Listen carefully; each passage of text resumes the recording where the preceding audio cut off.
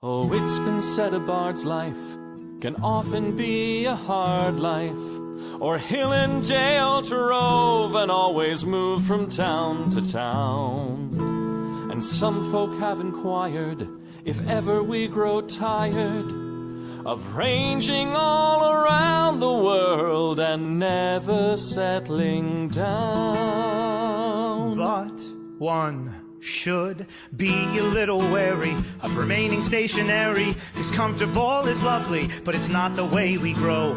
When life starts to unravel, pick up your pack and travel. You'll find a strange serenity in places you don't know. Wriggle-dee-dum-dee-doo-rat-terry-o-dee. There's so much to see beyond the open door. It's outward bound we go. Who knows what we'll find that we've never found before. Adventures waiting further down the road. It's waiting for you further down the road.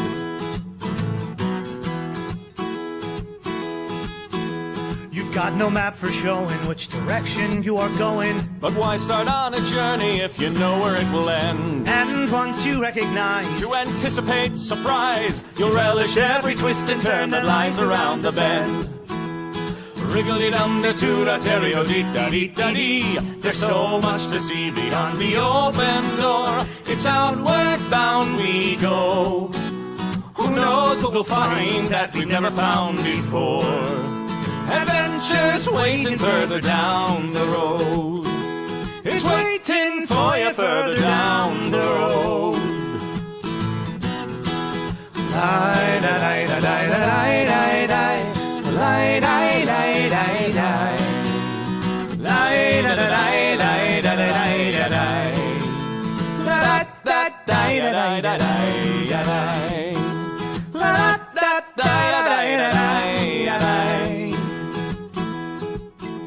the world has got its demons. There are many reasons why you'd find it harder to be brave than be afraid. But every life could use some danger. Every friend was once a stranger. Ships are safe in harbor, but that's not why ships are made.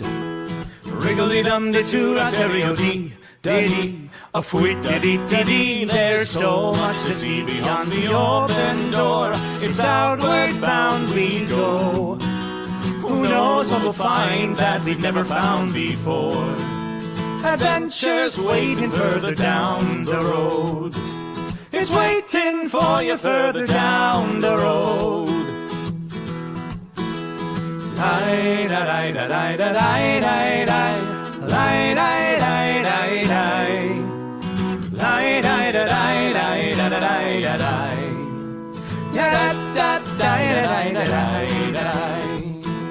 Adventures waiting further down the road. Let's go!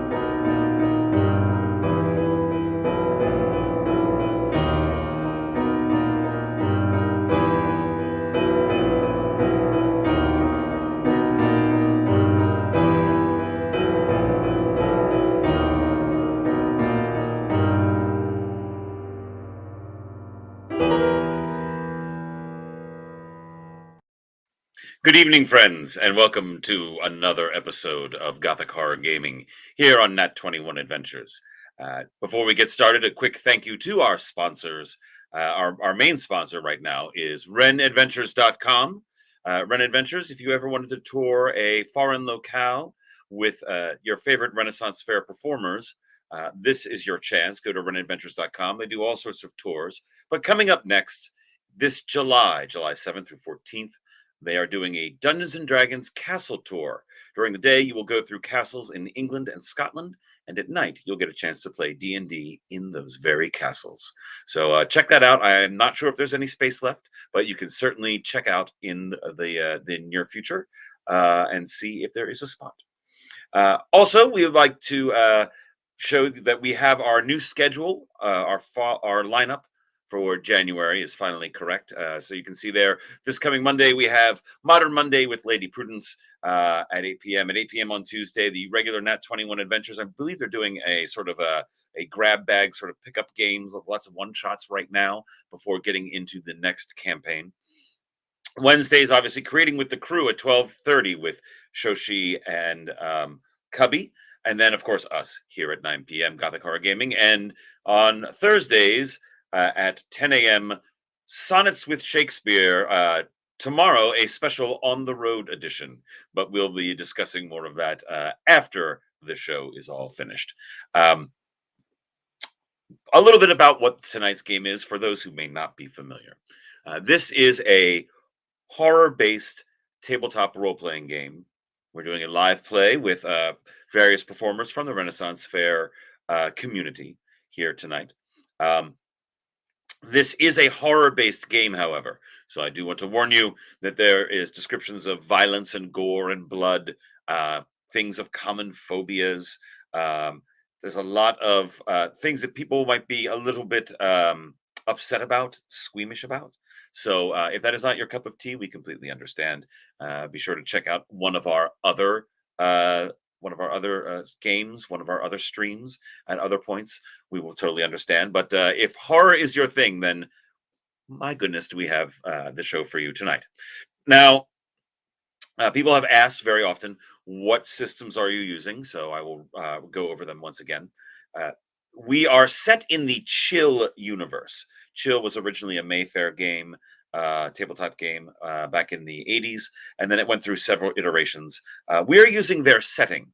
In the Chill universe, the supernatural is real. It is called the unknown. The unknown is most of the time evil, and all of the time very dangerous and powerful. So the general public is not aware of the supernatural's reality. And those who do find out about it try to keep it secret to stop panic in the general population. And also, the supernatural entities do not really want themselves well known either. So it all sort of exists in a shadow realm behind our real world. Here on Gothic Horror Gaming, we like to set in historical places. This one is particularly set in Colonial Alexandria, Virginia. The year is 1764, which, for those of you who are history buffs, that is the year after the end of the French and Indian War, as we call it in the United States, or the 7 Years' War, as it is called pretty much everywhere else on the globe. So that has just ended. We are in Virginia. The system we are using is from a game called Over the Edge. It's a very, very, very simple rule system. Your character has 3 traits, which can be anything, one of which is a primary trait and 2 are side traits. So your primary trait might be, let us say, for example, a boat captain. Well, you have your boat captain as your primary trait, and maybe your side traits are avid reader and devoutly religious. Maybe those are your 3. Devoutly Christian, we'll even specify devoutly Christian. So those are your side traits. Anything you want to do in the game, you see if it falls under some of those traits. If it does, you get to roll a certain number of dice to attempt to hit a target number to perform whatever action falls underneath that. I will give you an example. You are navigating a small boat into a harbor and you want to dock safely. Well, in this example, our character's primary trait is ship captain. As a primary trait, you get to roll 4 6-sided dice, 4d6. You will roll those 4d6 and attempt to hit a target number, adding them all together. Now, let us say instead, this fictitious character, as they all are, tries to recall a particular passage from the New Testament. For whatever reason, he needs to remember this one passage from the New Testament. Well, as his side trait is, in fact, devoutly Christian, he would roll 3d6 for a side trait. But now let us say that this same character is attempting to shoot a bow and arrow, let us say. He has no experience in that. So instead, he would roll only 2d6 and attempt to hit a target number. Now then, you watching on Twitch can help. If you have Twitch points, you can spend them with our moderators on the side. We have a guest assistant. Sir David Percival is going to help us out, I believe, with our Twitch points and all that, as well as Reverend Tommy. When you spend your Twitch points, you can buy a help for one of our characters, or for me as the Gloom Master, as the game master of the system. So when you spend your Twitch points, you give a help. When a player goes to make a die roll, they can choose before they roll the dice to spend one of their helps. If they spend a help, they get an extra d6 to their die roll, and then they roll them all together and take the highest of whatever they would normally be allowed. So in our boat captain incident, he is attempting to navigate into harbor. We want to make sure he succeeds, so he spends one of his helps. Normally, he would roll 4 dice. Now, instead, he gets to roll 5 dice, and he rolls them all together and takes the highest 4 of those 5, as that is what he is normally allowed for that being his primary trait. Adds them together, attempts to hit a target number. So essentially, it gives you a greater chance by using the helps of getting the highest possible values out of your dice rolls. So that is essentially the game system. That is it. It is very easy. Combat is usually opposed dice rolls, where the adversaries are rolling against each other to see who hits whom. The difference in the value is how much damage is done, and there it is. Very, very simple. Our story thus far. It is 1764. We are in Alexandria, Virginia, and a series of gruesome, grisly murders has begun to take place.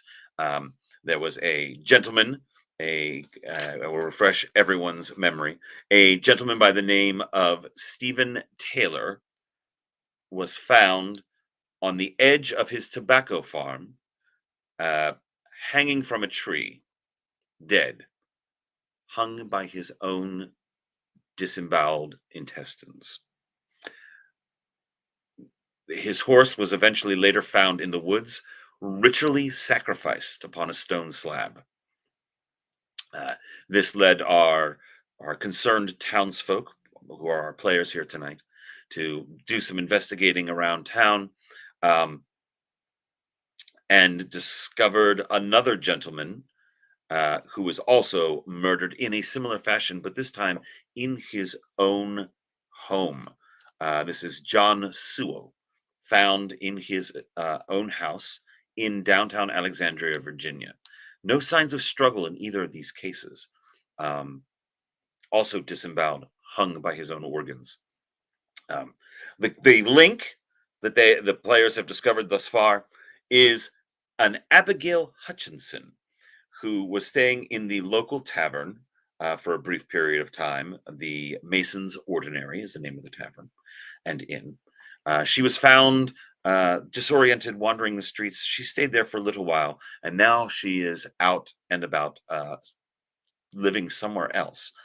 They believe that she may, in fact, be living in the house of Martin Rich, a merchant on the outskirts of town. So there is a connection there. The connection with Abigail Hutchinson is that she was seen talking to both men shortly before they were found dead, within days of their deaths. So they are following that up. I will leave the other bits of knowledge that have been gleaned to the players themselves. And speaking of the players themselves, let us get them on here. We're going to start off with a Mr. Jefferson Franklin Clay. Reverend Clay. Oh, hello there, Gloom Master. How are you this evening? I am doing well. Probably going to be better than you are going to be doing in the near future. But I know, indeed.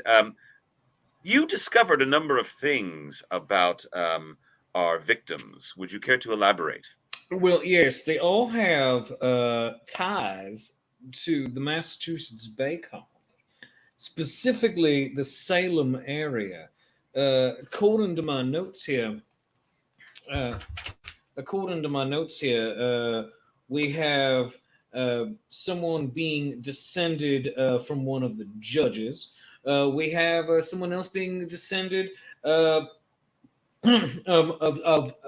accusers, and whereas there's no Abigail Hutchinson family there, her friend Mr. Martin Rich is also from Massachusetts Bay, and young Taylor, his grandfather was Mr. William Staunton, who oversaw the trials some 65 to 70 years ago. So I'm thinking, especially based on some of the signs we've seen and those coincidences, that we might be dealing with witchcraft. However, one final thing.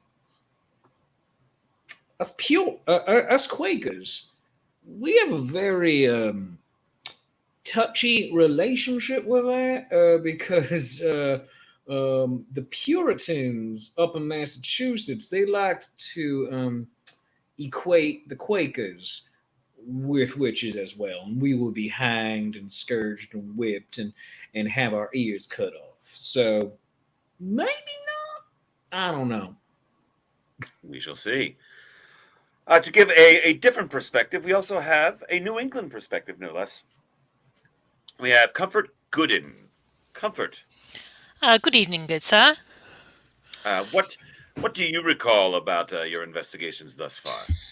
Well, I must admit, finding bodies such as we have, especially of good Master Cyril here, was quite disturbing. Not something that one would expect in such a civilized area such as Alexandria. I am more than a little concerned by the thoughts that perhaps this is somehow tied to witchcraft, which we know, of course, those trials were so long ago. For someone to hold a grudge for so long would be almost impossible. But we cannot put it past someone to bring down generational anger, as it were. It has been 72 years since the Salem witch trials. Yes, it has been quite a long time. It seems almost impossible that someone would bring something up about now. Why now? Why after 72 years? Why, indeed, if indeed that is what is happening. Exactly. A fine question. I would also like to ask the opinion of Cotton Nettles, our resident butcher and all-around handyman. Evening.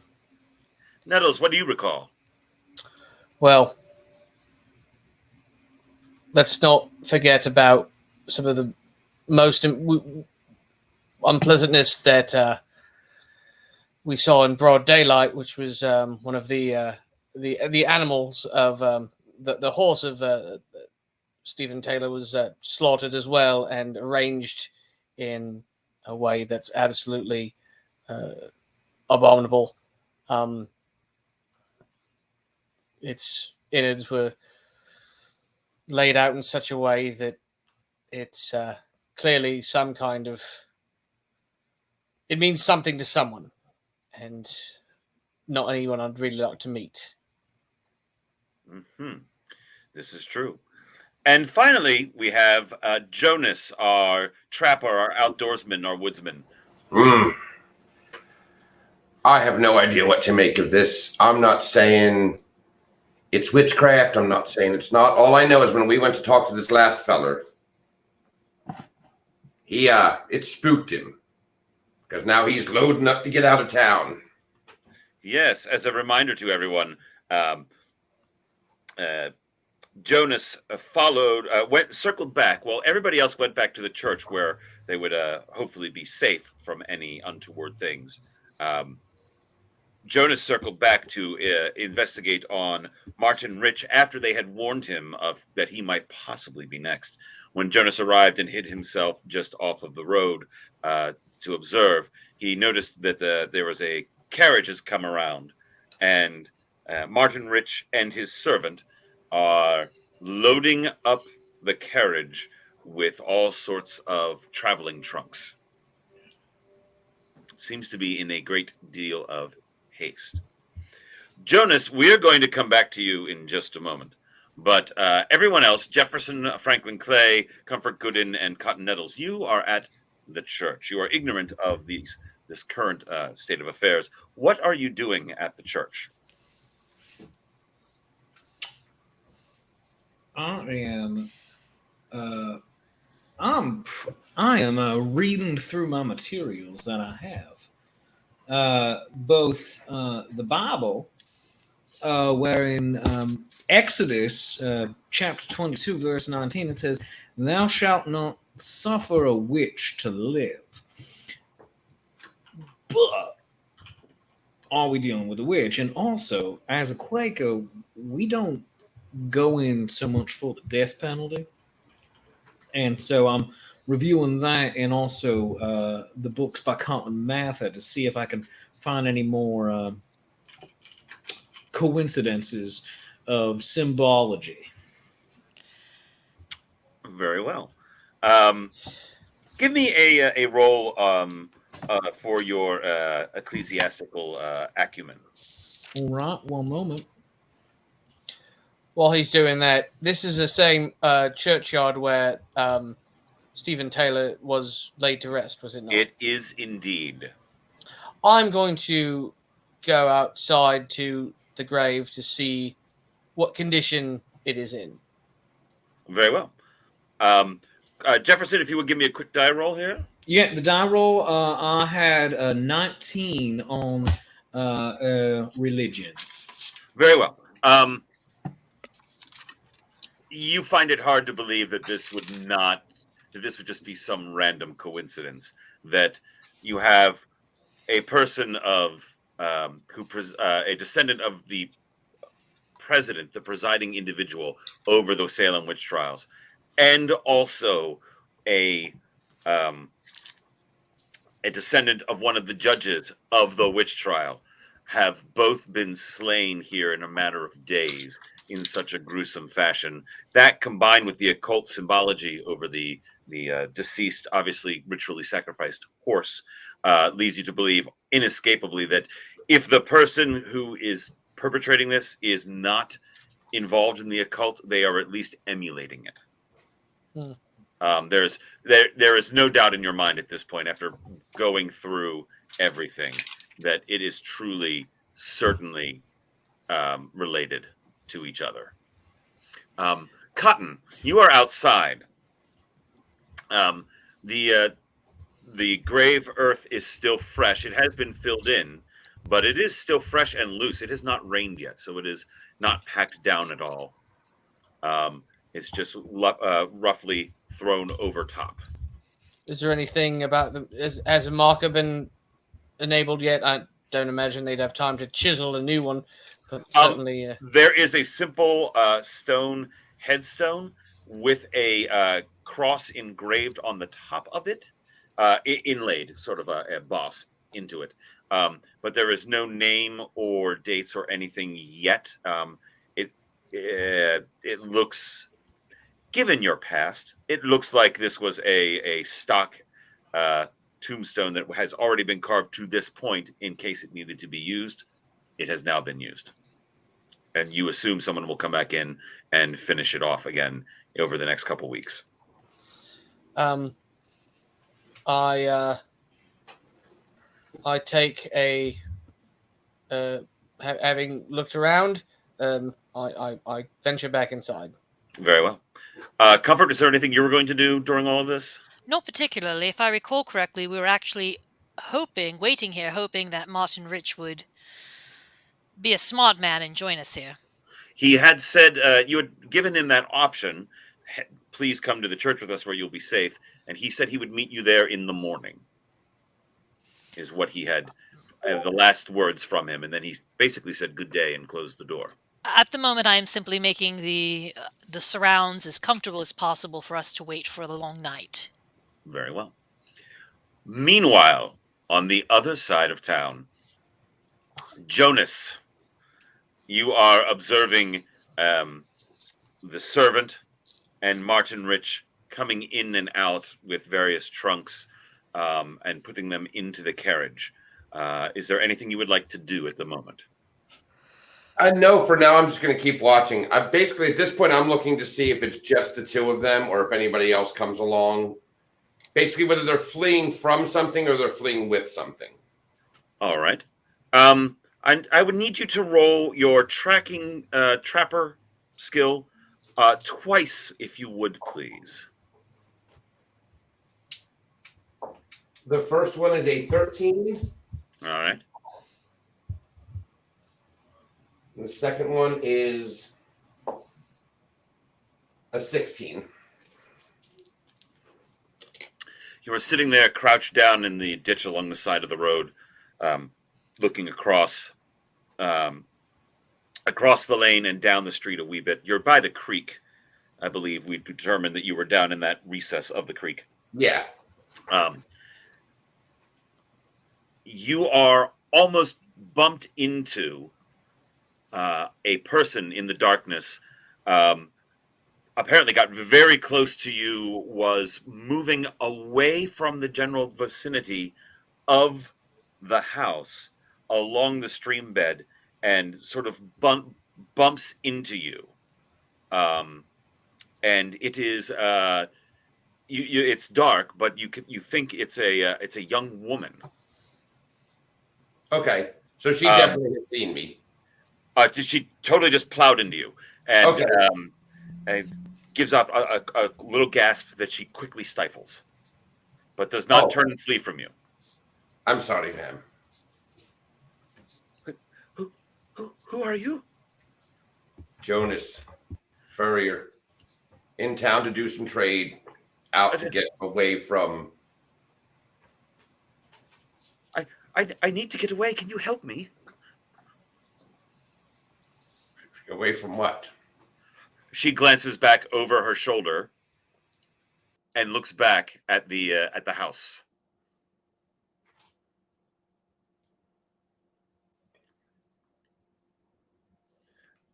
He is not a good man. I must get away from him. Can you get me out of here? Where do you want to go? Anywhere but here. Well, I was supposed to meet some friends at the church. Why don't you come along with me? Oh, he mentioned something about the church before I snuck out the back. I don't know that I'd be safe there. He might be going there. Is there somewhere else that we could go? I got to meet up with my friends first. But surely you could help me. You could. Man, once we're back in town. Don't you have a camp? Or you're a hunter. You're a trapper. Don't you have a camp somewhere far away that we could get away? I'm staying in town. I've got business to finish. Come into town with me. You'll be safe in town. I'll leave you at the inn. Give me. What are your traits again? You are a trapper and a tradesman, basically. All right. Or a trader, I should say. A trader. I'll give you. All right. Roll 3d6. Oh yeah, that's a 10. All right. Is it now? Yes. Yes, it is. You feel that this woman is this young lady is in a great deal of distress. And you suddenly have a strong urge to protect her and it enters into your mind, the place that you could protect her best is outside of town in one of your camps. That is certainly the best course of action you could take in your mind right now. Well, I guess. You up for a long walk then? Are you up for a long walk then? I can be. Yes. Fine. And you have a particular camp that you go to in the north and east of Alexandria. For those who are unfamiliar, I will show you the map again. Here is Alexandria.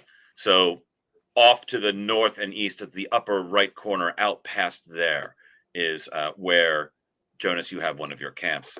And you begin to go off into the woods with her. Meanwhile, an hour later, Cotton, Jefferson, and Comfort, there is still no sign of Martin Rich or of Jonas. I am It's been concerned. about an hour. I thought Jonas would have joined us by now. What time is it, Bloom Master? At this point, it is about 11 o'clock at night.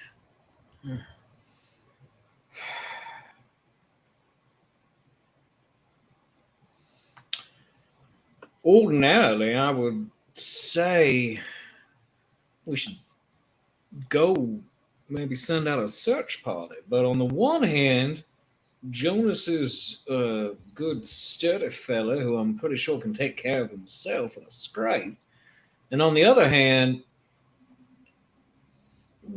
there's an evil doing murderers out and about. So, yeah. How far away from the church is the house? It's only a matter of about 6 blocks. So less than half a mile.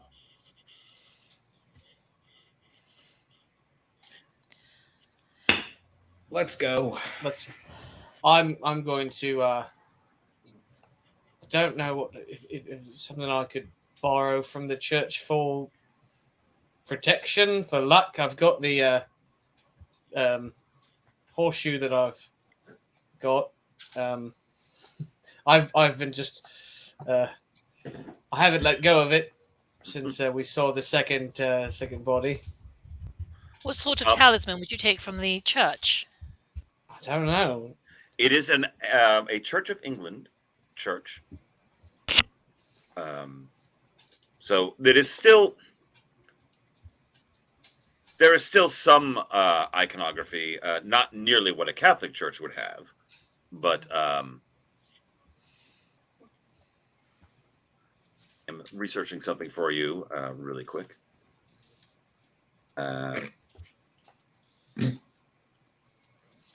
Just thread it through a chain. Good, smart. Yeah, the lucky Jesus foot. That's only in some Italian churches. Yeah, it's got to be the left foot as well, otherwise it doesn't count. Yeah, otherwise, yeah. There is a baptismal font filled with consecrated water. I take out. Well, no, I'll use my kerchief and I'll dip it in there and clean my knife with it, and then wrap it back around my neck. Very well. And say a prayer. Not one for it, but. Anybody else want to do anything else before you depart? The vicar has gone to bed at this point. Jefferson, perhaps, is there a blessing that you can give to all of us? Can we say a prayer? What are the words? What are we looking for? A friend in the dark of the night? Well, all I can say is something that might that my Irish grandmother used to say to me. May the road rise up to meet you. May the wind be at your back. May the Lord hold you in the palm of his hand. So, All of that is very pretty, but I have a lantern. I think that will do us more good than Yes. pretty words. oh, absolutely. I mean, this requires action. Yeah. Shall we? Yeah. I will say, Cotton, you did notice out in the church, in the graveyard, there was a the shovel. There were still 2 shovels out there. I grab one. Very well. And off you go. You make your way to the you make your way up to the area where Rich's house is, and it is quiet. There's nothing out front. There is no sign of any movement, anything. The lights in the house are all out.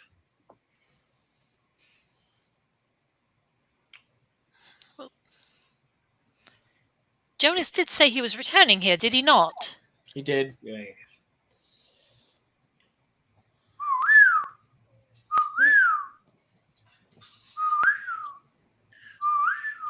I go up and knock on the door. Very well. You knock on the door. There is no response. Is it open?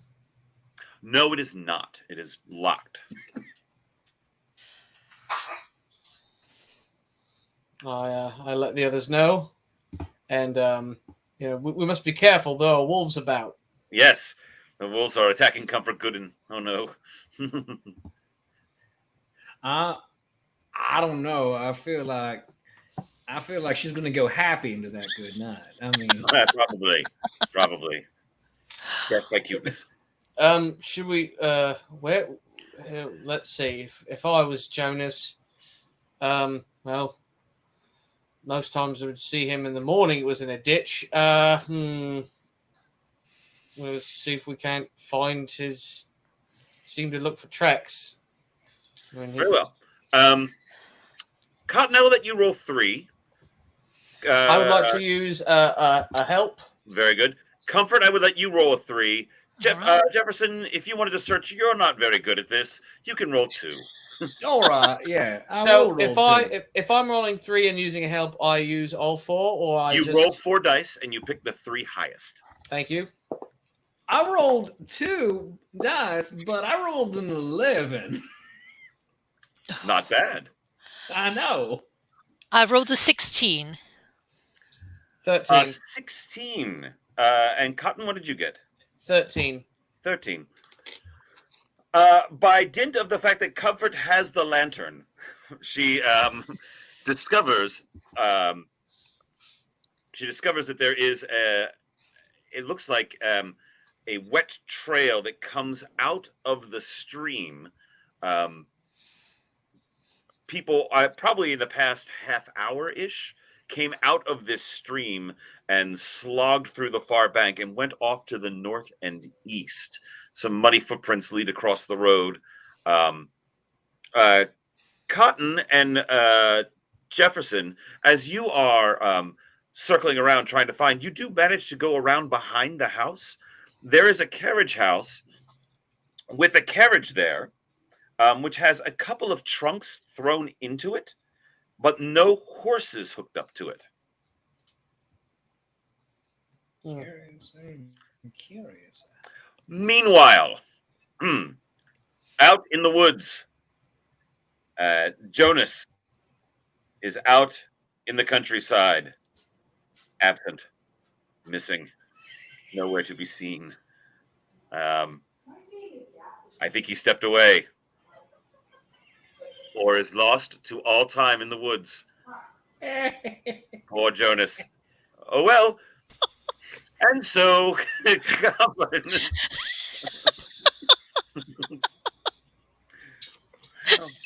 I'm I miss that guy.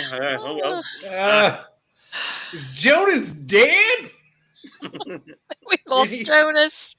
You just wander off. We in the never should woods have let at him go night. off on his own. Out of character. Boy, he gets to do a roll. Boy, oh boy. Oh, you love to see it. It's like I'm gonna Method we call it. wait because of that blue screen background. I kind of just want to see him coming back out like walking like old Sasquatch there. I think that'd be amazing.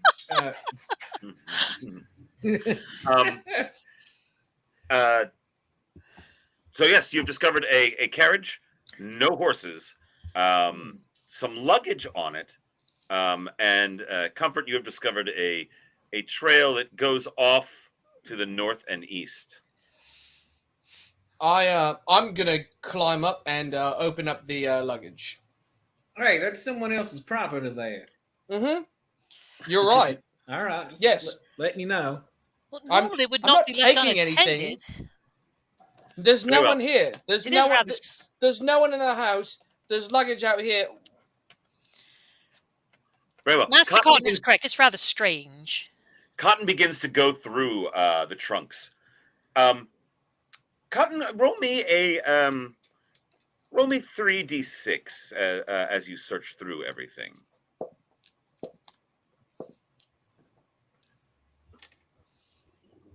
8.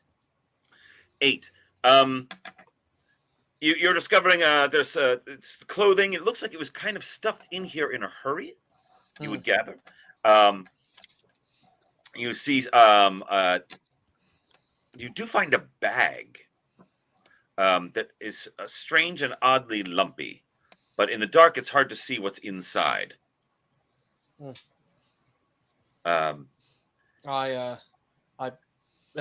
Comfort, if I could use your lantern. Of course, of course. As Comfort shines the lantern, Jefferson and Cotton gather around the bag. He opens it up, and inside is an old, worn, gray length of hemp rope. And as you extract the hemp rope, you see that the one end is frayed. It looks like it was cut coarsely at some point. And the other end is fashioned into a noose. It's better than the heart I expected us to find. Better than entrails made into a noose, that's for sure. I instinctually undo it. All right. I untie the noose. Okay. This is having been to sea, this is not how you store rope, and it's just I think I realized midway as I'm this. You undo the rope. As you undo the rope, you see that it has been in this configuration for quite some time. There's those telltale kinks in the rope that occur when a knot is left in for long periods of time. Yeah, I know what this is. I think What is so it? too. This was a rope that was used in Salem. You think a rope Think that old of- would survive so long? Hemp is If it's good rope. It's good rope. Why would he have it? It's not his. It's hers. But she's a Hutchinson's. child, is she not? She, are you referring to Abigail Hutchinson? Abigail Yes. Hutchinson. You believe that she is in her her late teens, probably Yes. 18. Wait, that was a grisly memento. Because someone in her family was killed by the ancestors of our two recently departed murder victims. Well, then where is Mistress Abigail? I see her not around here anywhere. There's a couple more trunks you could search through if you like. Let's open them. All right. You begin to open the other trunks and sift through the contents. Meanwhile, out in the woods, after a brief respite, Jonas. Jonas, you have led the young lady to the camp, and she asks if there is if there is somewhere she can sit down and rest. She's got several. She doesn't really have anything with her, just what she's wearing on her person, and she's appears a little bit. It's spring, but in the evening it gets a little chill, so she's a little chill, and she's looking around for somewhere to sit, looking around to see if there's a fire or anything like that. I can get a fire. I can get a fire started, and until then, sit on that log over there. That's where I usually sit. All right. She sits on the log while you prepare the fire.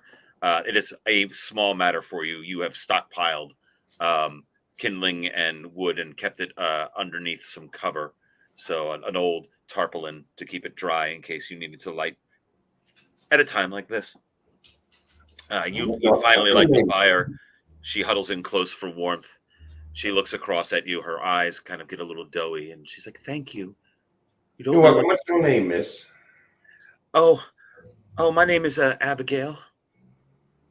Abigail. Yes, sir. What's your name? Jonas. Jonas. That's right. That's right. Yes, I was being held by that man, that Martin Rich. To what end? I don't rightly know. I woke up in town, and I don't remember how I got here. Look, the Masons were so nice. They put me up in their place for the longest time. And then eventually Martin said that I could come and stay with him until I figured out what my next steps were. And once I got there, he wouldn't let me leave. I was a virtual prisoner, but something must have rattled him tonight. I heard voices out front, and then next thing I knew, he was taking all of his trunks and belongings and putting them out front into the wagon. And that's when I slipped out and ran into you. Does she actually seem distraught? You're not as judge of character. Yeah, you're not what we would call a people person. So roll 2 dice, please. Here we go. Baby. Yeah, 6. You think human females talk this way all the time. You have no idea. You are completely removed from society. Yeah. And as a result, you are a very poor judge of character in person, unless they are actually, coming at you in a guerrilla campaign. But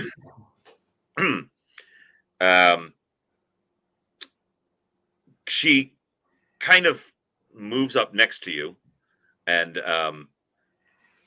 her hand eventually lands on your arm, and she kind of snuggles up next to you in the warmth, and she says, you could keep me warm. Roll me 3d6. Remember, you have help if you want to use them. I'm using a help. That's probably a good idea. I'm really glad I used that help.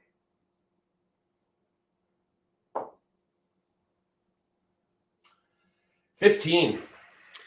15. Thanks to the help. You are warming up to her, and she is warming up to you, apparently. And this is a relatively new experience for you. But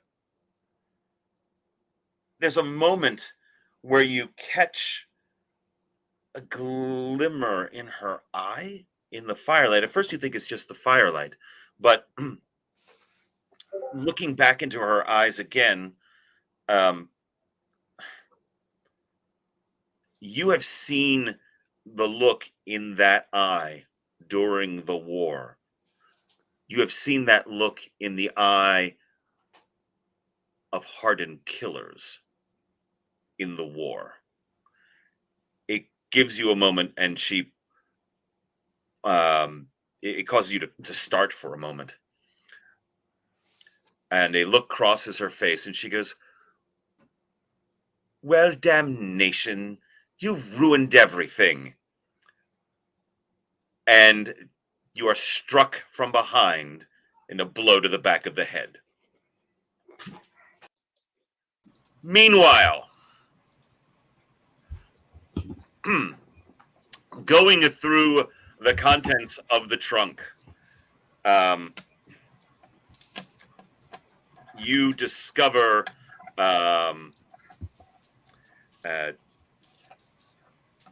no women's things, for starters. But you also discover what appears to be an old logbook. All right. Opening it. All right. Going through the logbook, it is the logbook of Martin Rich, trader who now lives in Alexandria, Virginia. It traces his emigration from the Massachusetts area down to here, his various business dealings as you page through. As you're paging through, you see that he at one point did in fact have a ship called the Benoni. Benoni. Benoni. Yes. Would I be familiar with this ship as a sailor? Roll me your sailor check. All right.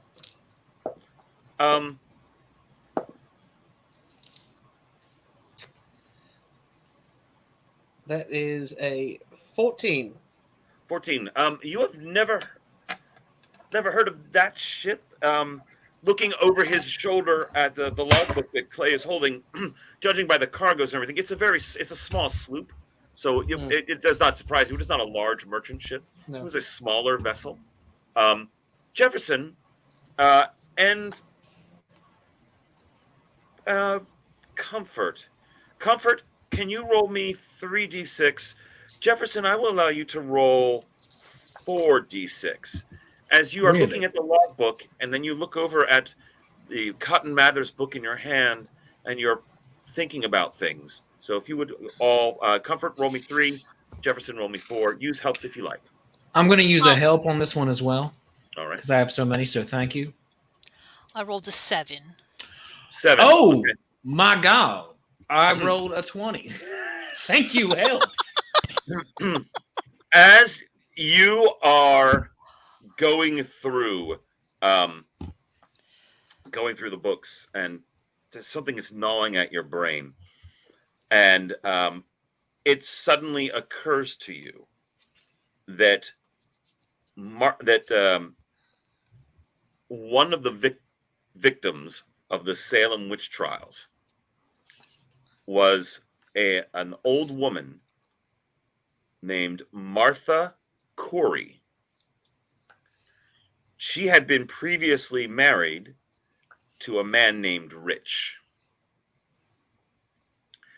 And before that, she had an illegitimate child by the name of Benoni. Wow, this is interesting.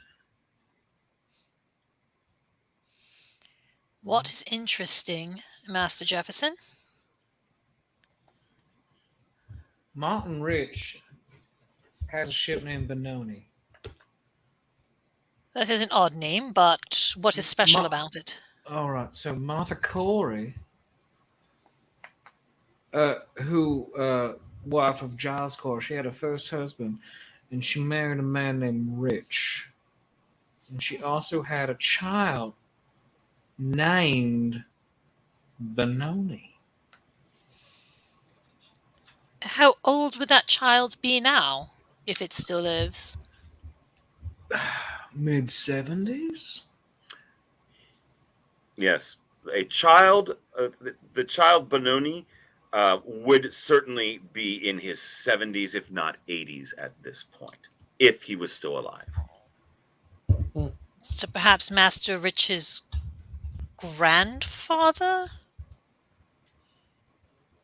father? Father, maybe? Yeah. Martin Rich appeared to be about 40-some years old. No, it's a bit late in life to have children, but it's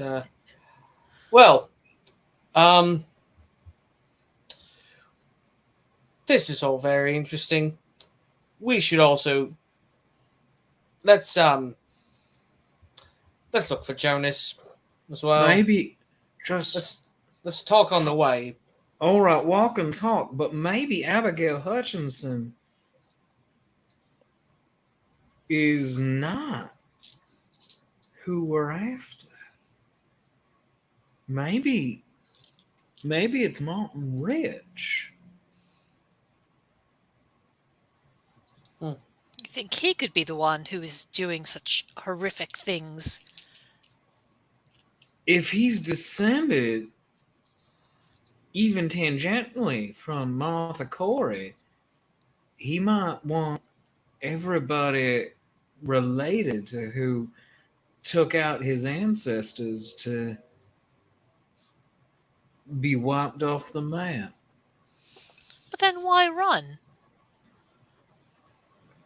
We leave him. He is not hereupon, obviously. Master Cotton, you checked, and he was not in his home, correct? There's no one there. And he certainly did not meet us at the church, so he left. But all of his stuff is here. But all of his things, obviously, are still here for you to rummage through. If only we had someone to help us look for him. Perhaps a tracker. We have to track the tracker. Track the That's tracker. Hold a mo, just one mo.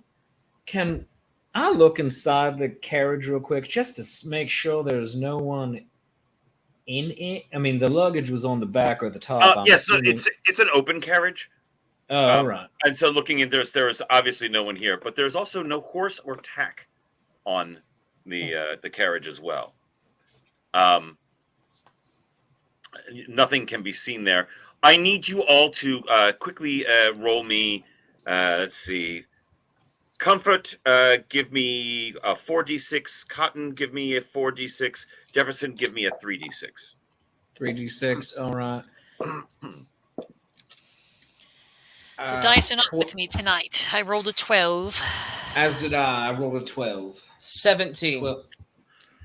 As you're sitting discussing, Cotton, you hear the unmistakable sound of a jiggling lantern, and looking to the north and east, you see a light bobbing, moving rapidly back toward all of you and the carriage.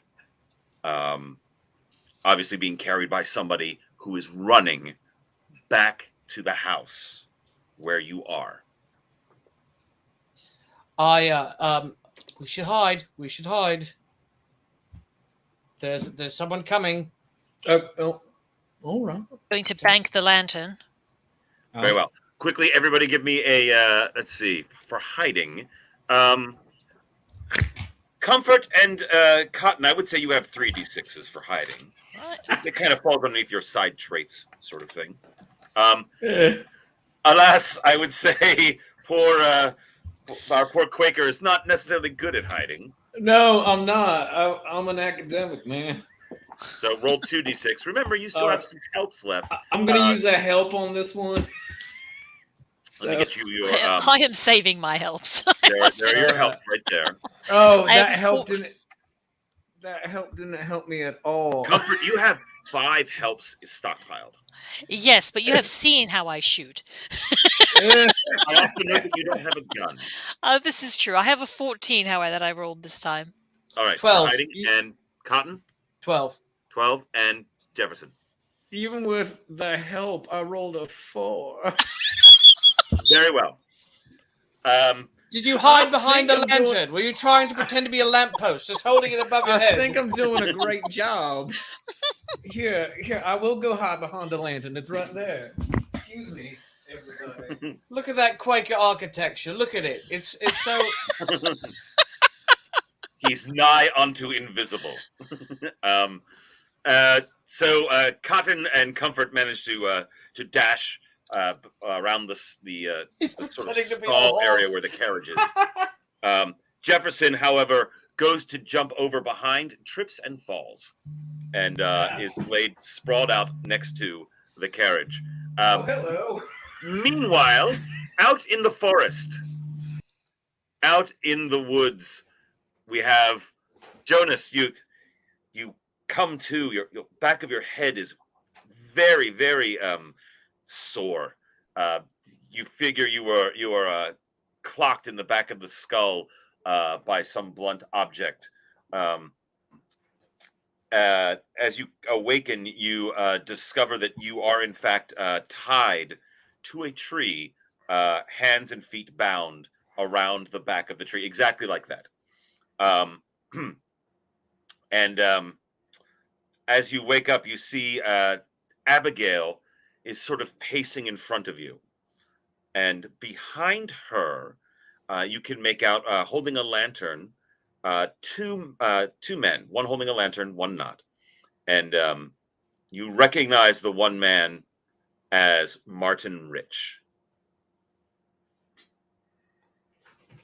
They're pacing in front of, she's pacing in front. And she says, well, you're awake. This is, oh, no, you're unconscious again. Oh, no, now you're awake again.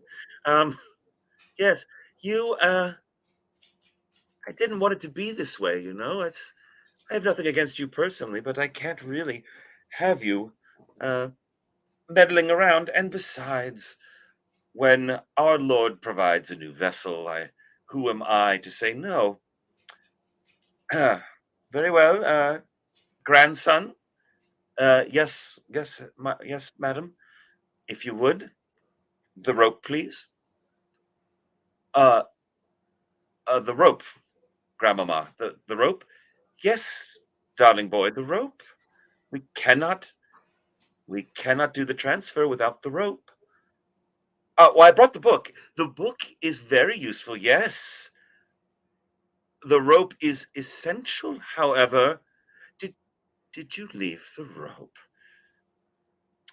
Martin Rich turns to the third individual and says, Charles, hurry, go back and get it. It must be in one of the trunks. And Charles immediately takes off and starts running back toward town. She looks at you. Yes, that's. Then she looks down at her own hands. This is a nice vessel, but yours is sturdier, and honestly, our work in town is done. It would be best to leave this, and she gestures to herself, behind for the next stage of our journey. So, if you would, Martin, be a good boy and find us a nice, sturdy overhead bow that we might complete the transfer. Yes, mother. Jonas, you are not gagged. You could say something if you like. So you're going to do me like, kill me the way you killed the other ones then? Disembowel me, hang me over the branch? She looks at you. Oh, that is a good idea. Yes, but I think we will do that post-mortem this time. You see, I need you alive for the other portion. Yes. The other portion. But perhaps it will help throw people off the scent if you are found in a similar fashion. Lovely. And then she laughs. Of course I'm not going to kill your body. I need your body, silly boy.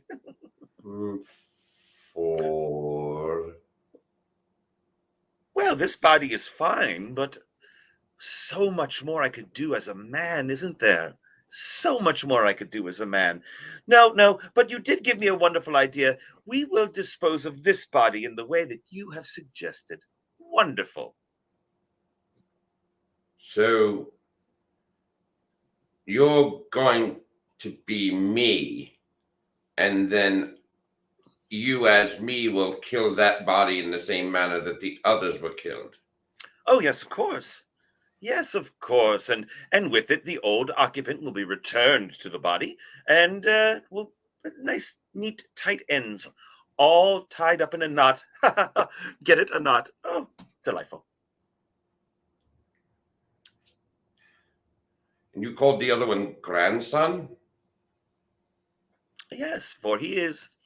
Now, don't you fret your pretty little head. We'll take care of this soon enough. Don't worry, no permanent harm will come to your corporeal form. And I understand that your soul will be quite safe if bound up. Did you bind the other souls? Oh, why? They were disgusting souls. Ugh, such horrible, horrible men.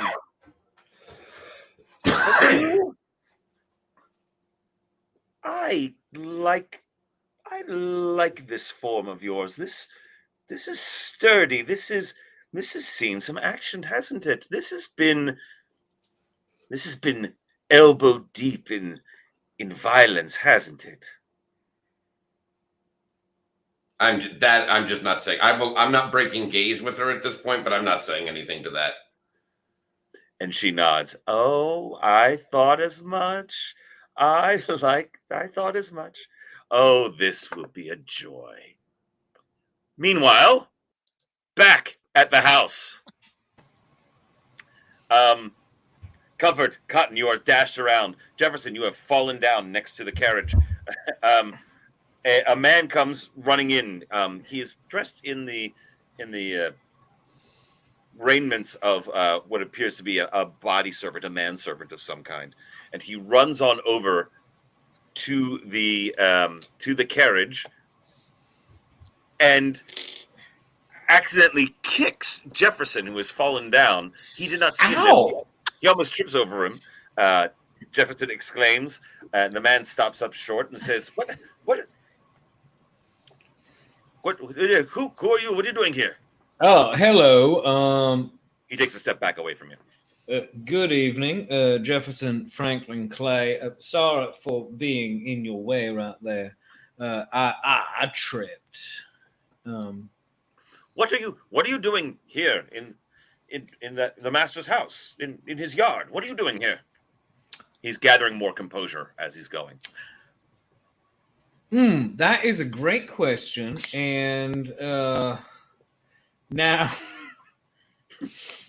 that is a great question, and allow me to tell you that if you sit down and well, there have been some murders happening lately, and my friends and I, we were investigating them because they were very suspicious. His lantern passes over the carriage and sees that everything is disordered. He says, "You gutless rogue." He reaches into his long coat and pulls out a flintlock pistol. I have the shovel ready, and I hide. I was very good at hiding. I'm going to knock the. I'm going to hit him with the shovel, and I'm going to use a help. Very good.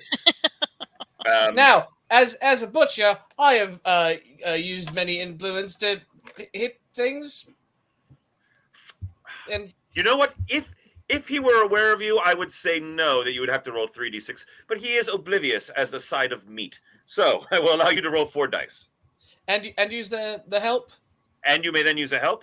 So you may roll 5 dice and pick the highest 4.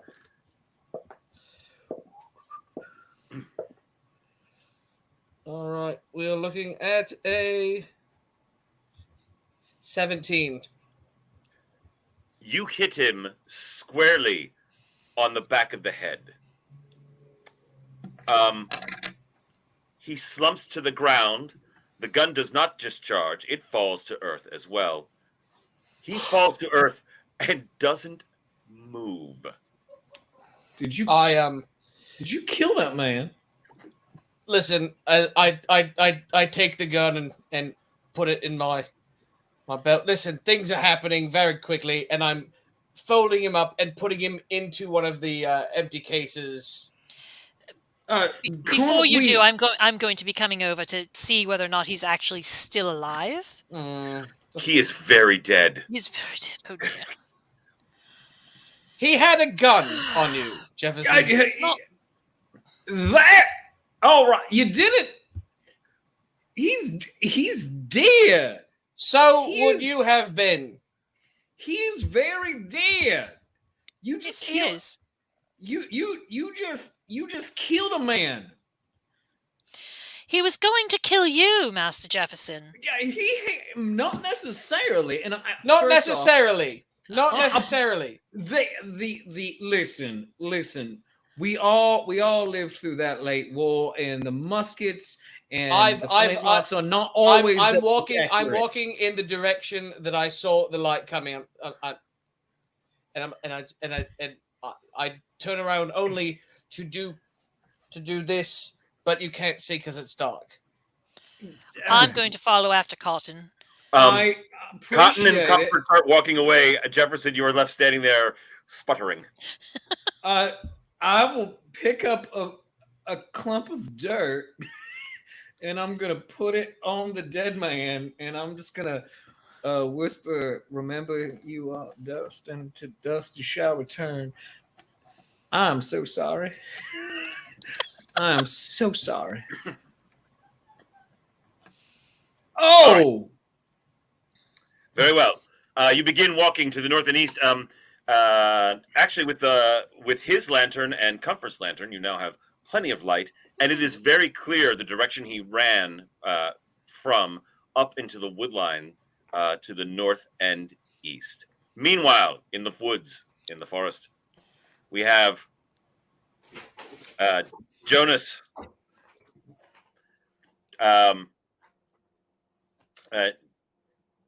Abigail is still pacing in front, and eventually she stops and looks to Martin and says, "Where is your manservant?"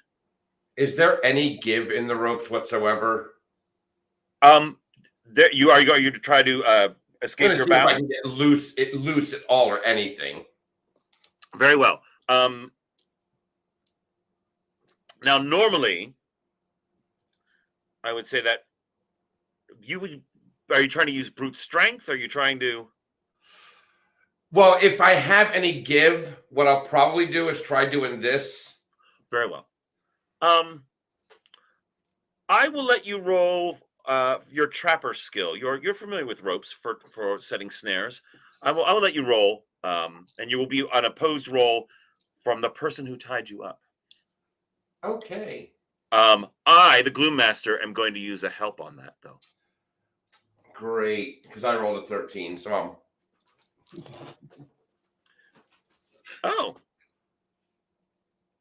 Well, then. You do manage to get it going. You figure in about a minute or so on the rough bark of this tree, you'll be able to break your bonds. And just it will take some vigorous action, though. Yeah. Well, she seems to be distracted by something else. And just of note, did she take my knife, or is my knife still on my belt? You do not see your knife on your belt. Okay. You haven't really had a chance to pat yourself down to see what else they might have taken, but your knife is certainly not upon you. Okay. Well, I'm just going to keep working the rope. All right. Floss, red floss. On the road coming up, Jefferson, Comfort, Cotton. As you are following the trail, you hear up ahead a young woman's voice go, "Now, where is your manservant?" She's gonna know. She is gonna know, Cotton, that we just killed a man. She is gonna know this.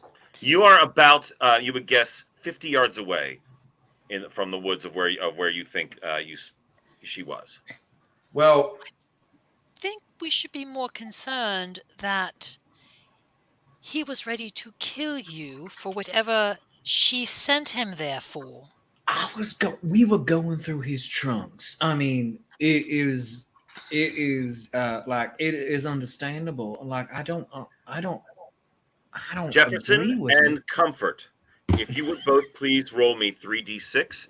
Jonas, roll me 4d6. I am going to use a help. Okay. I 15. am not. I rolled 14. Even with the help, I rolled a 14. Jonas, what did you roll? 15. 15. You hear voices whispering to each other out in the woods that you recognize as Cotton and as Comfort and Jefferson. There is not a campfire currently burning. Okay.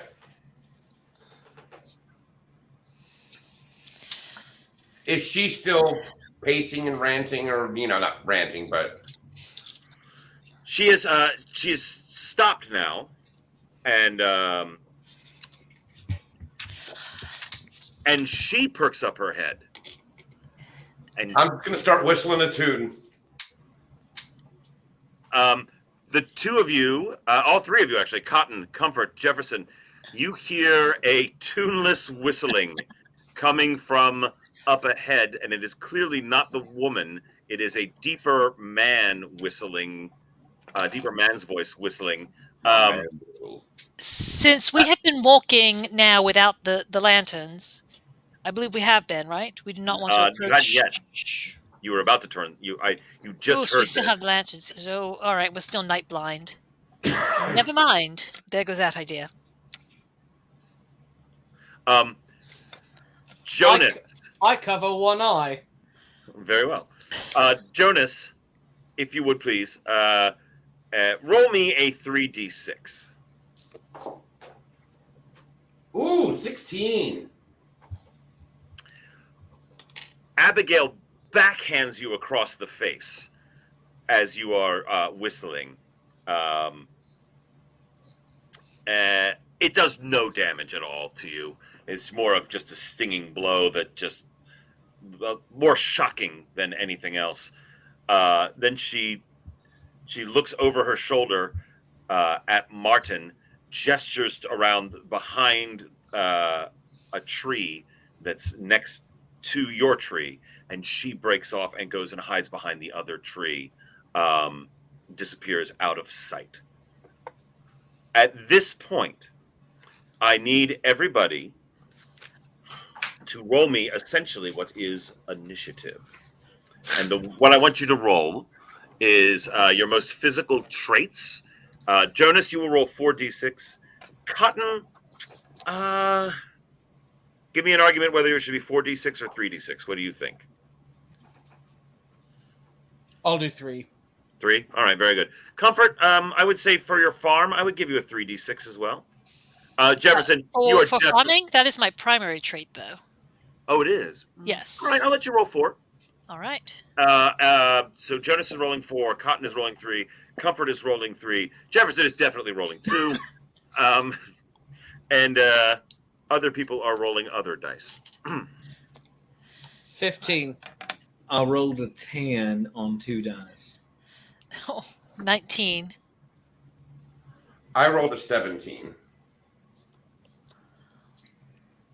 All right, let me just jot this all down real quick. Pardon me for just a moment.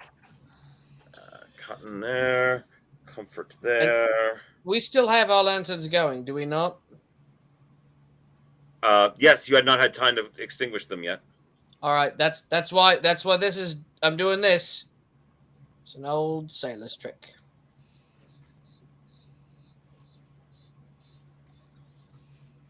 All right, very good. Jonas,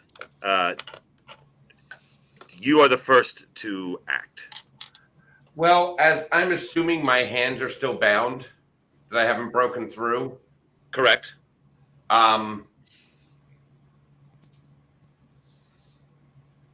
just going to keep working at it because I'm not 100% sure that what I'm hearing is them. All right. Very well. Quickly, roll me 4d6 one more time.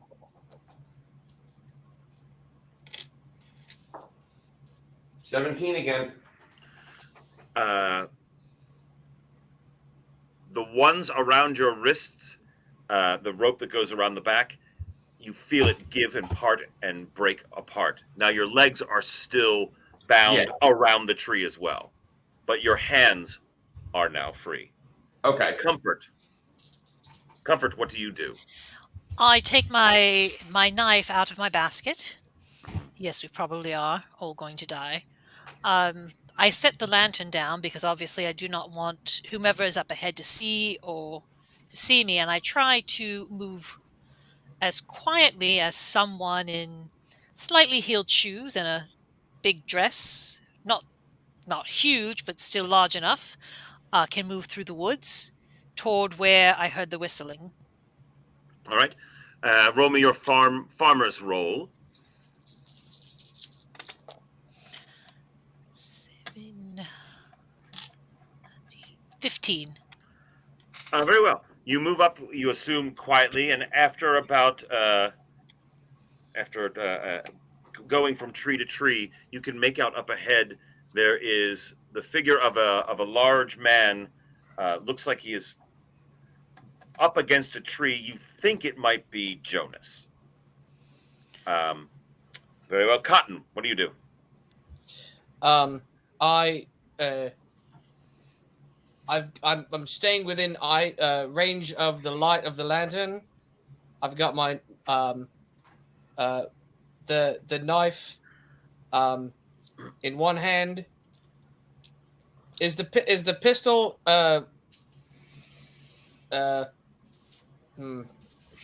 The pistol is loaded and primed. Then I'm gonna hold on to that, and I'm going to move away from the lantern, quietly and stealthily. All right, I will let you roll 3d6 for that. As a set, You are used to skulking around in the dark. You haven't done it in a while. It's been a minute. But you are used to skulking around in the dark, avoiding detection. Yes. That is an 11. 11. You make your way around at... Do you want to go to the right or the left of the lantern? Well, seeing as how I'm going to go to my left. Very because well. I have something in mind. I'm going to get far away from the lantern, and then once the lantern is dim, I'm going to switch eyes so I can see better in the dark. Very well. You do manage to accomplish that. All right.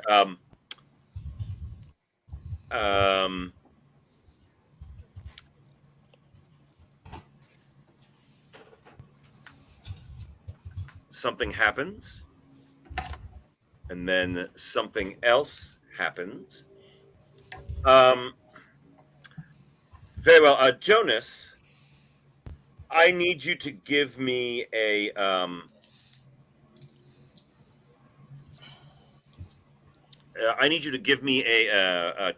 trapper roll, just really quick.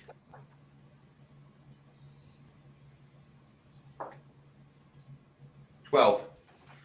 You hear the distinct sound of the hammer of a pistol being cocked back from off to your right where Martin Rich went. Jefferson.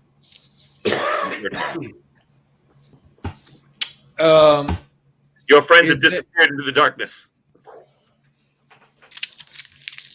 Is there a nearby tree I can see that I can get behind? Because since they've disappeared, I will likewise try to also disappear.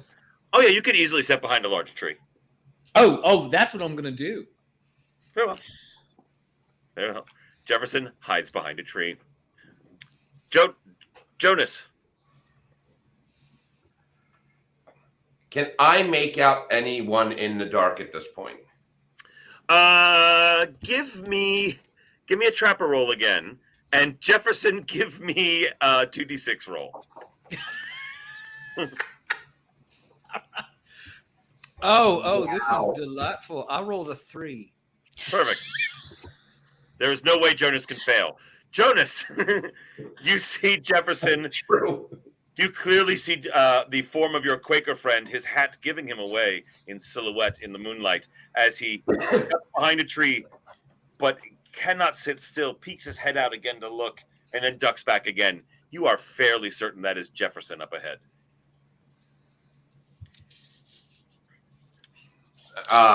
Say a pistol, Mr. Rich.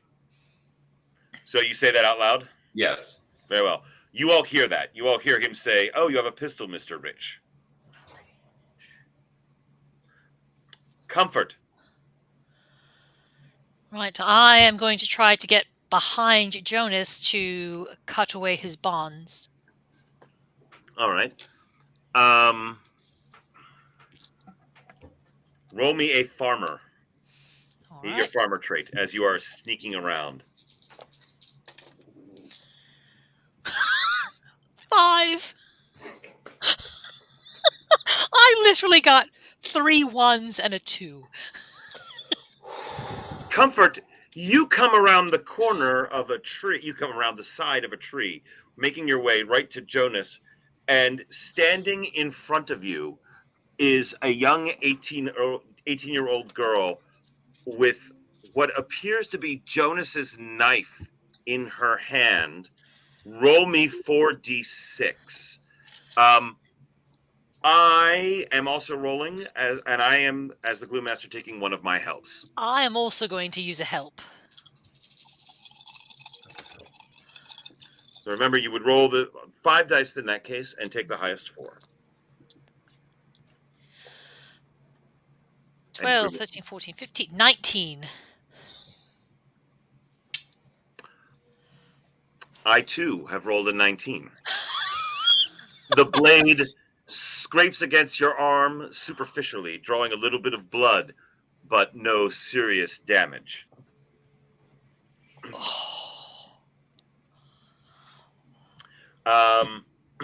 You are next to the tree where Jonas is bound. You can see as this happens that his arms are now free. This woman, who you presume to be Abigail, is standing there armed with a knife. She just took a swing at you and just barely missed. Cotton, it is your turn. Can I see the gentleman with the knife?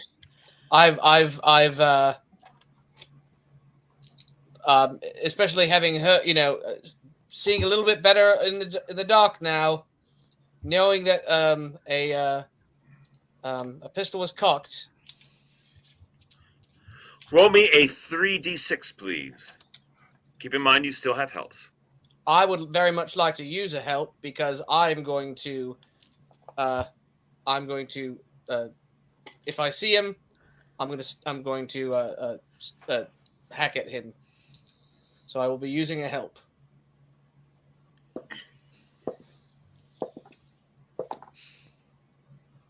That is a 12. A 12.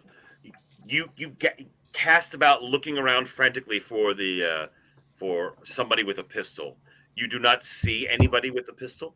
However, you do see Comfort be attacked by a woman with a knife. You have gotten very close to where Jonas is now, up against the tree. And with that,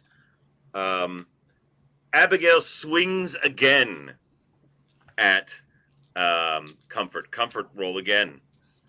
All right. You can roll 4d6. You still have a couple helps. I'm going to use another help. Very good. I do not have any helps, so I shan't roll. That is why I am using mine. Very good. 6, 10, 13, 15. 15. Yes, I count out loud. You bat her knife hand away easily. Nice. Let's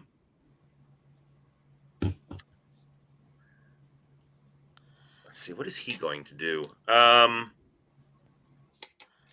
Cotton, if you would please roll me 3d6 for your concealment in the dark. I'm using... No, I'm not. All right.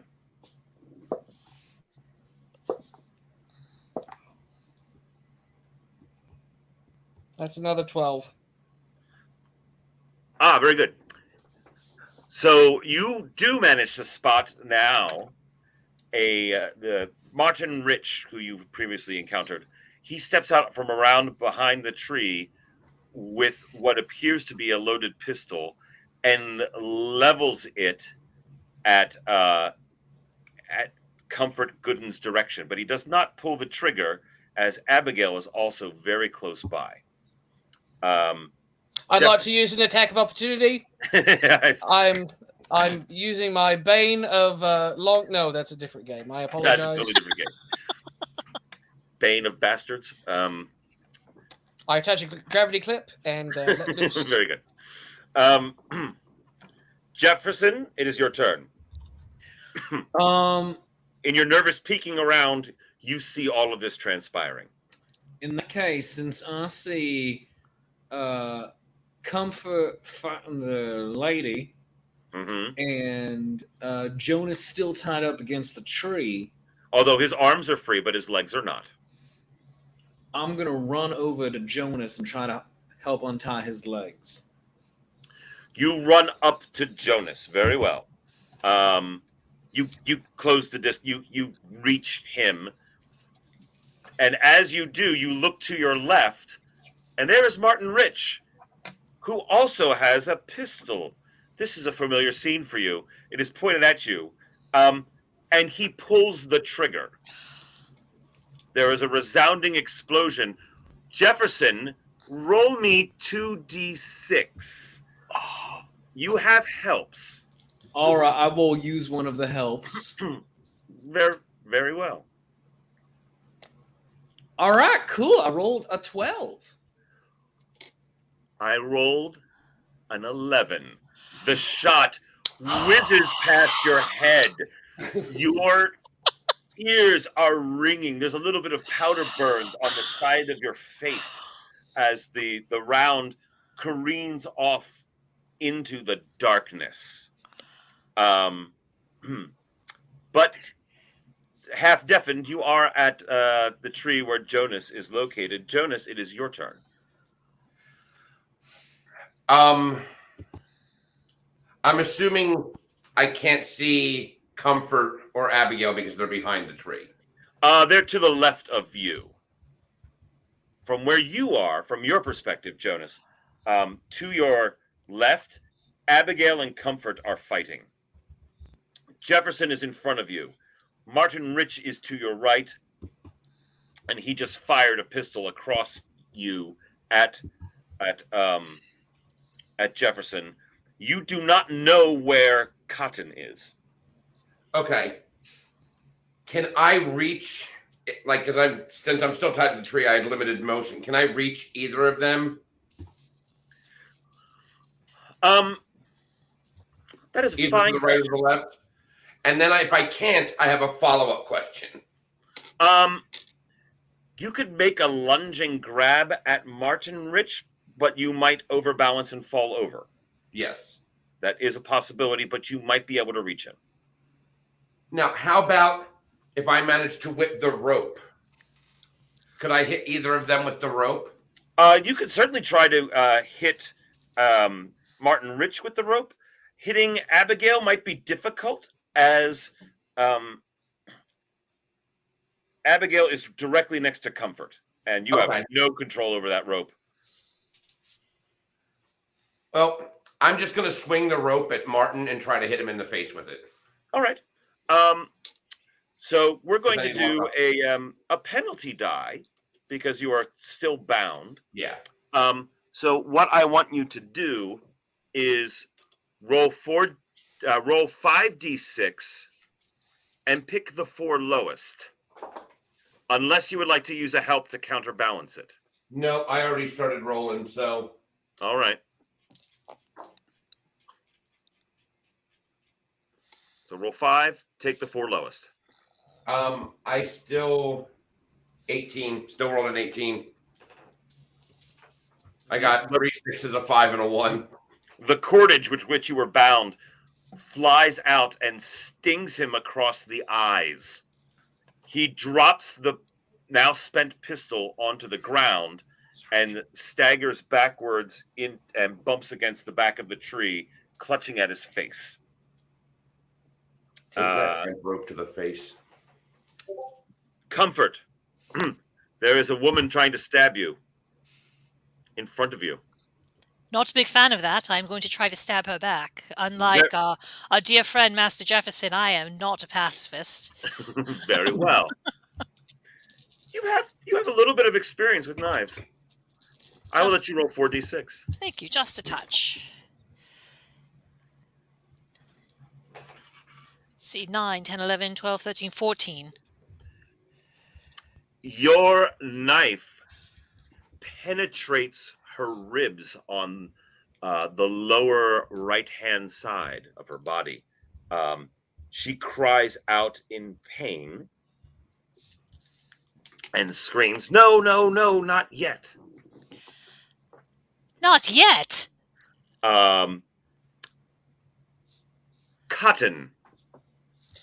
I've seen Master Rich. Yes, you do. Against the tree. I am going to take my knife and I'm going to stab him in the neck with it. Very well. I'm going to use and as a butcher, I know what I'm doing. I will allow it. 4d6 it is. And what the heck? I'm going to use a help. This is life or death.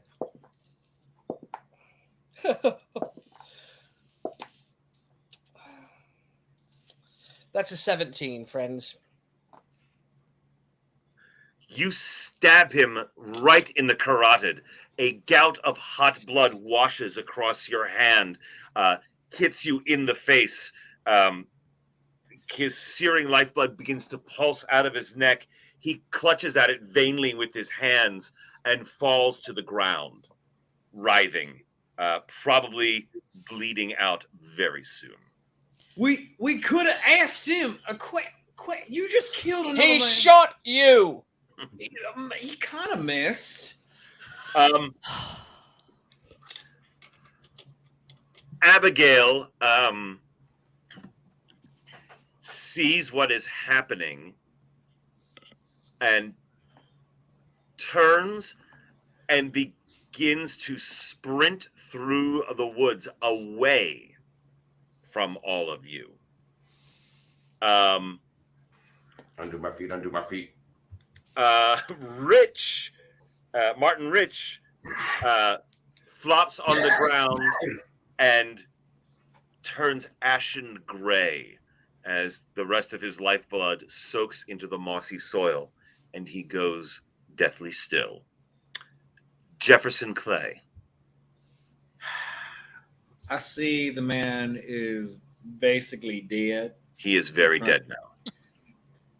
His turn, his action for his turn was to bleed out and die. Oh, well, that's great. In that case, can I see the fleeing woman? Yes, you can. I'm going to take off after her. All right. What would be your running pursuit trait?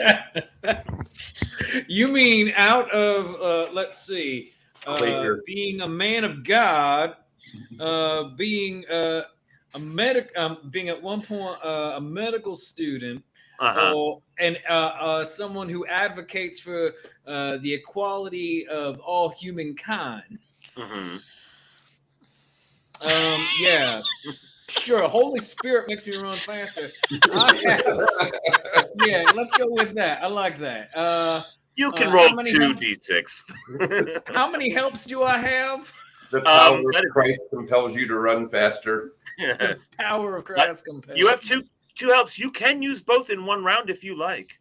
You know, Proverbs 28:1, the wicked run when there's no one to chase them. You know, what am I? I'm just a butcher. I'm going to use one of my helps right now. I'm going to roll a 12 on that. So out of two dice, the highest two makes a 12. And I'm going to put into hot pursuit here.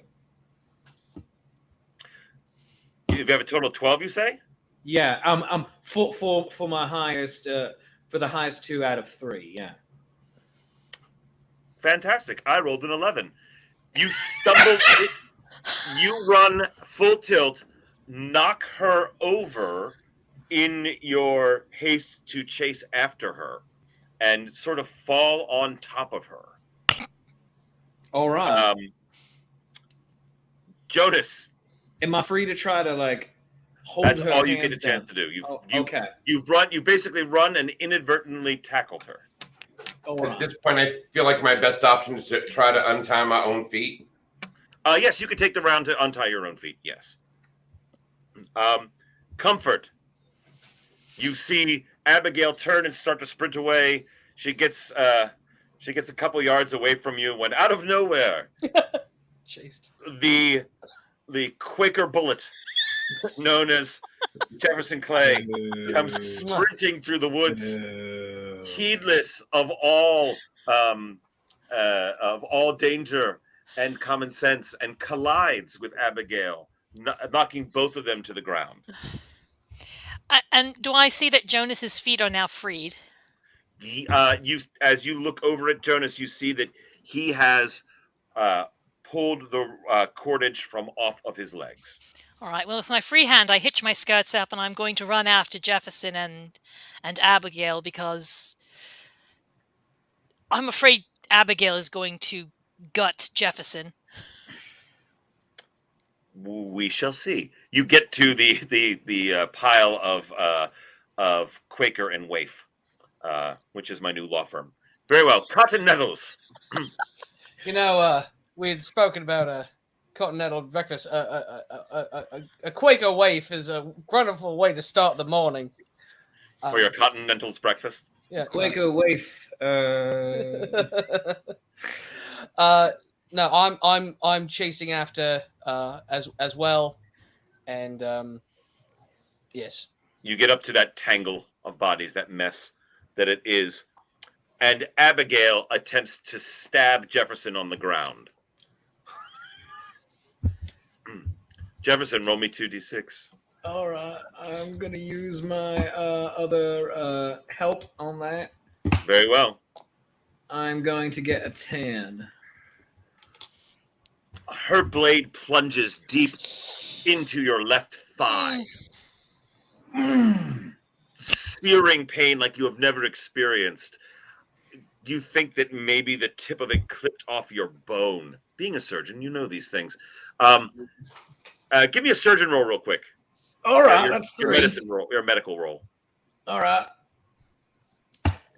Oh, I did very well. I rolled a 15. You are fairly certain she did not hit the femoral artery.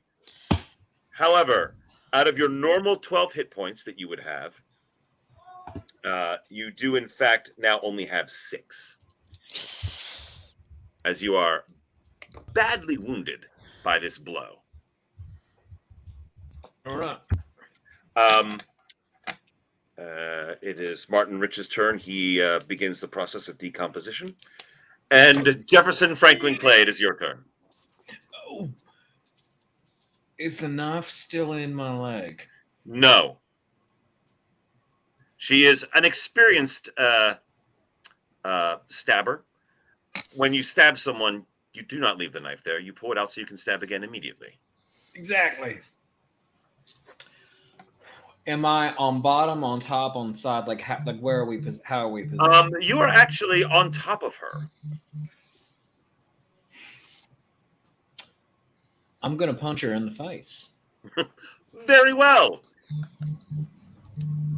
All right. I have 1 help left. I'm gonna use it. Very well. All right, and I rolled an 11 for that.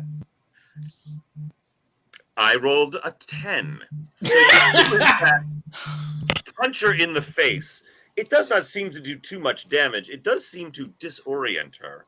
Her eyes widen as she looks up at you and recognizes you as a Quaker, and recognizes that she was just punched by a Quaker. My new album. And how many of us can say that? Yes. Punched by a Quaker is the name of the next single. In the And, words of the her- original Quaker, Joe Besser, I'll harm you. Yes, it's not a very strong strike, and it does hurt your fingers, Jefferson, and you are not much of a puncher. But And I was with just that, Jonas, you are stabbed, free.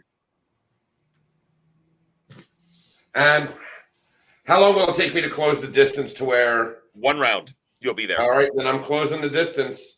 Very well. I'm Comfort. closing for speed. I'm going to use my help, and I am going to try to plunge my blade into Abigail again. Very well. Please roll. Oops. 5, 8, 11, 14. Ye gods. Your blade goes into her stomach Yes. and tears across. You, the blood spills out. You can smell the faint scent of offal as you have perforated her bowels with your strike. If this does not kill her immediately, it certainly will kill her very soon as the infection sets in. But the blood loss seems so great. She slumps, hardly moving, and looks up at you all. A look in her eyes of malice and hate and ancient hate. Not ancient, old hate. Old hate. The eyes of an old woman who sought vengeance and was only partially successful. She gurgles out, I got some. And then, for a brief moment, in the eyes, they flicker and they become the eyes of a very frightened girl, a frightened teenage girl. And there's a gasp and a what? And then the eyes go glassy and dull. Oh, And all motion ceases. she was in there the whole time.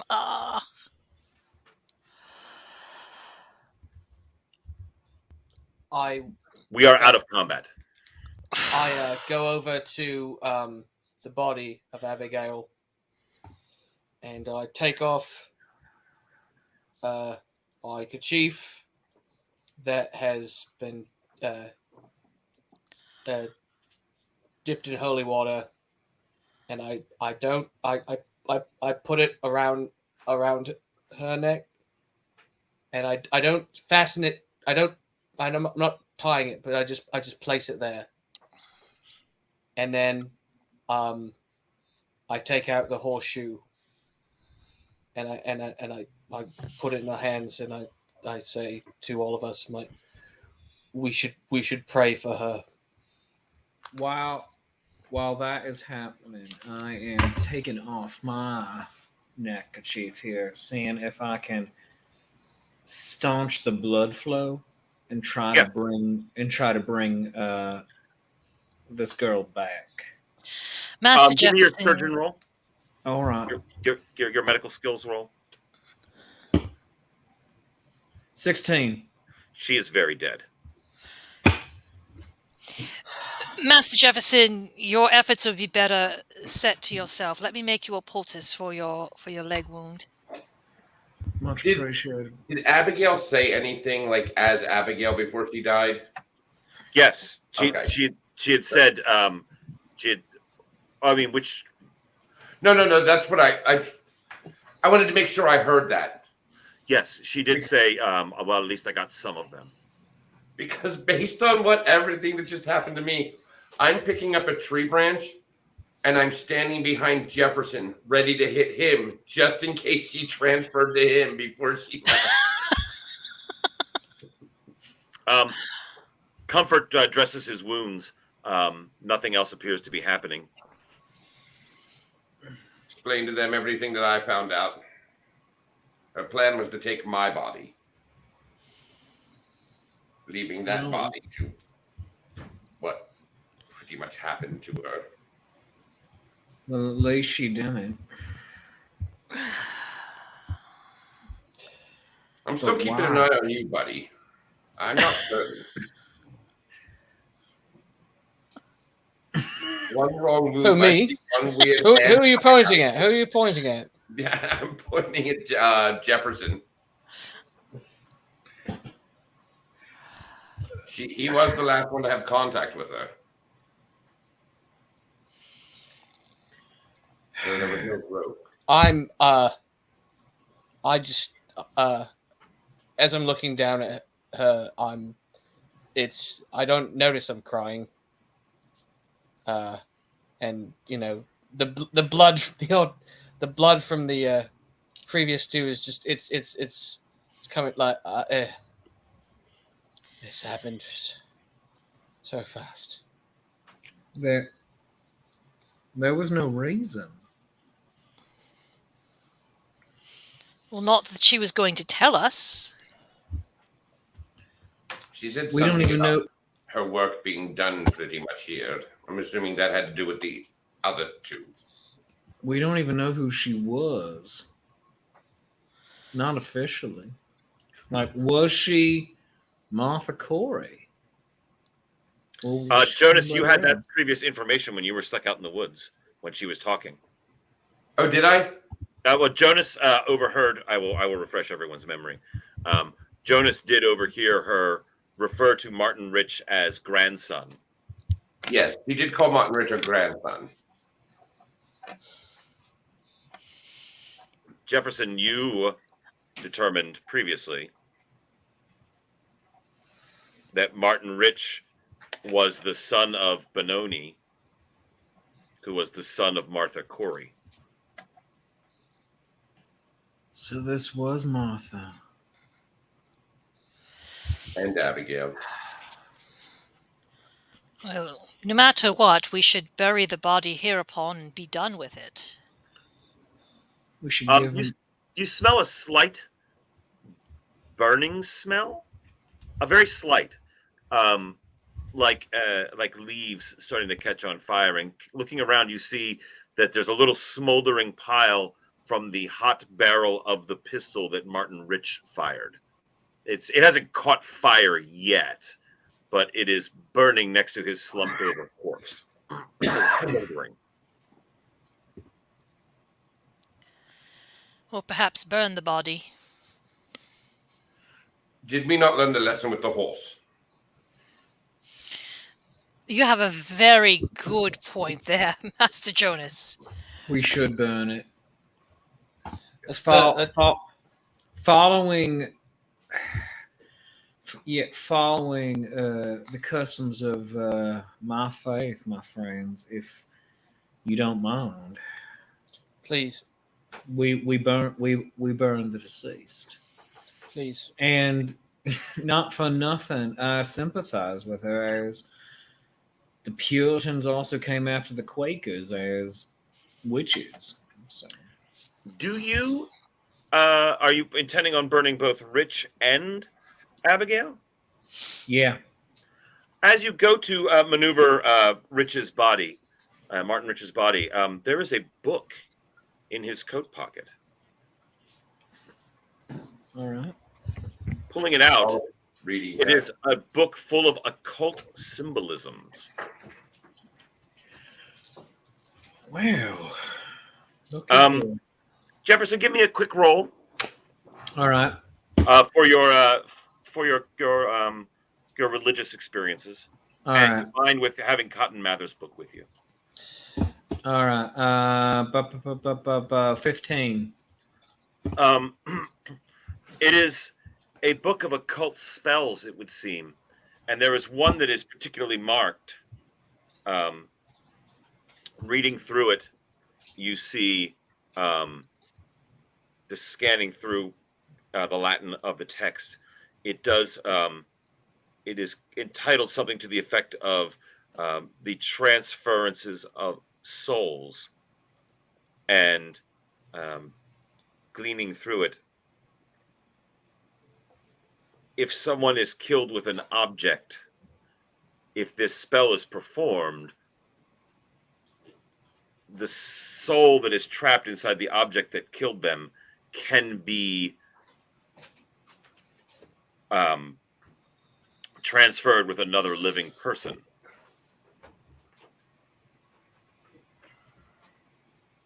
So essentially, if, for instance, someone was hanged by a rope and someone got that rope and performed the right spell, they could theoretically take an innocent young girl off the street, hang her with the rope, and transfer the souls. We need to burn that rope. Also, Master Clay, as a Quaker, as someone who is worried about fear of witchcraft, I think after we burn that, it might be a good idea to burn that text. It's not a terrible idea. Very well.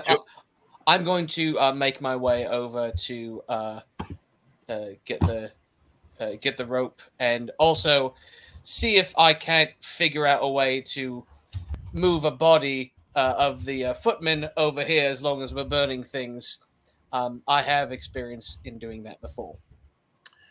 Going around, you find the missing horse from the carriage. It is tied up at a tree not far away, perfectly alive and healthy. I put the footman on top of the horse. I bring the rope.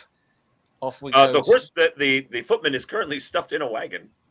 Oh, here we go. Very good. A pyre is made using Jonas's stockpile of wood at his camp. A prayer is said by Jefferson Clay over the deceased. The footman, whose apparently his name was Charles, Martin Rich, and the body of Abigail that might have also been inhabited by Martha Corey. While all of this is happening, I put the book in my pocket. Very well. The pyre is lit. It goes up in flames. And with that, we will call this session completed. Ladies and gentlemen, thank you so much for joining us here at Gothic Horror Gaming. That was fun. Oh, So, everyone, thank you so much for joining us. I wanted to take a quick moment and introduce our players. To get to meet everyone real quick. So let us start with Jefferson Franklin Clay. If you would please introduce yourself. Hi, everyone. I'm Dan Kostelik. I am your friendly neighborhood Shakespeare at some Renaissance festivals, and at others, I am the entertainment director of the Scarborough Renaissance Festival and the Connecticut Renaissance Fair. I'm the cast director. We are having local cast auditions for Scarborough, actually this coming Saturday, and some rollover auditions on Sunday down in Waxahachie from 10 to 4 at the Civic Center. So if you are in the Waxahachie area, come and audition. We're going to have an amazing time this season. And tomorrow, instead of writing Sonnets with Shakespeare, it's just going to be Sonnets with Shakespeare Road Edition, because I'm going to be in my car.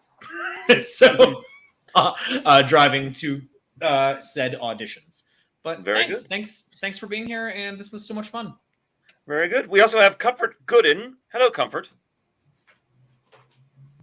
You're muted, Comfort. I was muted. That's the problem that you have when you've got breasts and mute buttons at the right height. I'm Dana Mishike. I am Lady Bess of Hardwick at the Pennsylvania Renaissance Fair. Looking forward to an awesome season. We're just getting ramped up. Auditions will be announced soon. I also just launched a website. The only thing that's missing right now are some graphics, but check out hatefulheifers.com. Foodie and restaurant reviews by Renaissance Fair performers, huh? Exactly. Yep, all by Renaissance Fair performers. Excellent. And we also have Cotton Nettles. Hello, I'm Steve O'Dockerson. You can see me at the Pennsylvania Renaissance Fair as Hob the Troll, beloved entertainer. hobthetroll.bandcamp.com. I will also be at Pensacon in Pensacola, Florida from February 24th, 25th, 26th. And I'm currently slinging mimosas for Chateau Hiblet at the Brevard Renaissance Festival. So come on in.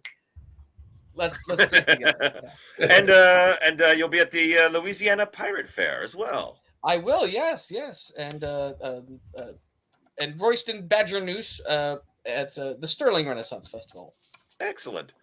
My name is Tom Zadoyko. I am your glue master. I have many projects going on, not the least of which is this. I do Buckle and Swash, the pirate sword fighting show. I own the Mud Show at the Pennsylvania Renaissance Fair.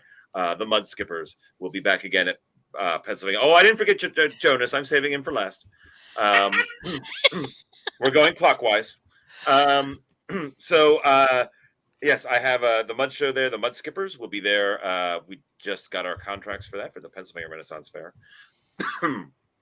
Buckle and Swash will be at the Florida Renaissance Fair, the Louisiana Pirate Fair, the Tennessee Renaissance Fair, and we'll see what else we manage to land, as well as the Pennsylvania Fair. So come out and check me out there. And then we also have Jonas is here. Hi, everybody. I'm Matt Selly. You can see me this year at the Pennsylvania Renaissance Fair as the walking dick joke that is Abe Froman, the Sausage King of the Shire.